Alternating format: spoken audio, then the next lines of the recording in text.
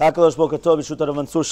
continuing with halachot and siman samich bet. We're talking about cleaning the house lichvod Shabbat. So there's a mitzvah to actually clean the house, whether it's to do the floors, whether it's to do all the different things in the cleaning, and that's also part of the kavod of Shabbat. Because if a person would come and they would prepare the house in such a nice fashion, if they had guests, so kal vachomer, then all of a sudden when we're going to have the Shabbat malkita, that we should also do the exact same thing, and we should prepare the house very, very nicely. A very interesting also halacha which is brought down is that according to the Mekubalim, the person should be makpid that their table should have 4 legs, because just like the table, the shulchan, right, in the house is compared to the shulchan Bet HaMikdash, just like the shulchan in the Bet HaMikdash had 4 legs, so too a person should eat on a shulchan, on a table that has 4 legs on Shabbat. And even interestingly enough, he said that was the minhag of Arizal, but it's also good that the shulchan should be on the northern side of the room, and the nerot should be on the south, because just like the shulchan was batzafon, which means that the shulchan was in the north and the menorah was in the south, so too the nerot, which are representing the concept of the menorah, are going to be in the south, and the shulchan should be in the north. Obviously, this is talking about a person that they